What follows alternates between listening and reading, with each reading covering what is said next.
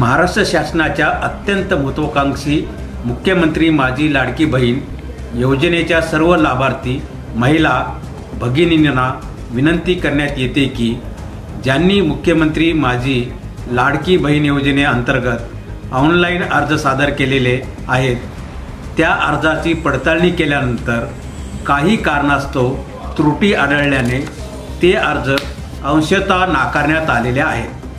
तसे संदेश आपल्या मोबाईलवर आलेले आहेत व त्यामध्ये अंशतः अर्ज नाकारण्याचे कारण देखील नमूद केलेले आहे।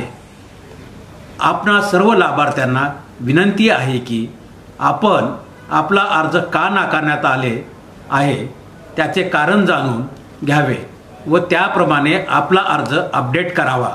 आपण ज्या ठिकाणाहून अर्ज भरलेला आहे तेथून तो अपडेट केल्यानंतर पुन्हा तालुका पातळीवर प्राप्त होईल।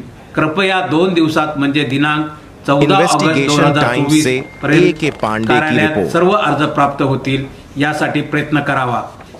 शासनाच्या या महत्त्वाकांक्षी योजनेचा लाभ प्रत्येक लाभार्थी महिलेला मिळावा यासाठी हे अर्ज तात्काळ 2 दिवसात अपडेट करून घ्यावेत असे आपल्या जिल्ह्याचा जिल्हाधिकारी या नात्याने मी आपणास आवाहन करीत आहे। आप देख रहे थे इन्वेस्टिगेशन टाइम्स न्यूज। हमारे चैनल से जुड़ने के लिए अभी सब्सक्राइब करें और बेल आइकॉन दबाना न भूलें। धन्यवाद।